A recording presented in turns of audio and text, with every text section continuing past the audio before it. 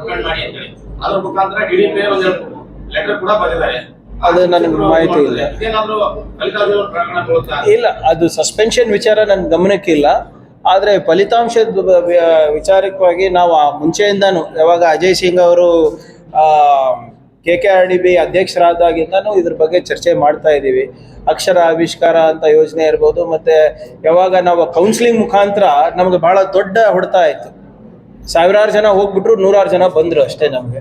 So ಅವಾಗಿಂದ ಇದು ಚರ್ಚೆ ನಡೆಸ್ಬಿಟ್ಟೆ ನಾವು ಈ ಸಂಬಳವನ್ನು ನಾವು KKRDB ಇದ್ರೆ ಕೊಡ್ಬೋದಾ ಅಂದ್ಬಿಟ್ಟು ಕೂಡ 1-2 ವರ್ಷಕ್ಕೆ ಅಂತ ನಾವು ತೀರ್ಮಾನ ತಗೊಂಡಿದ್ವಿ.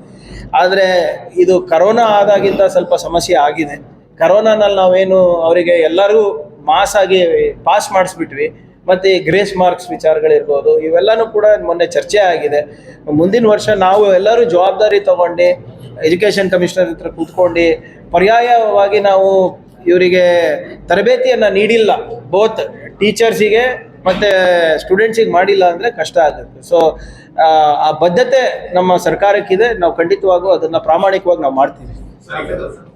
ಅದು ನನಗೆ ಮಾಹಿತಿ ಇಲ್ಲ.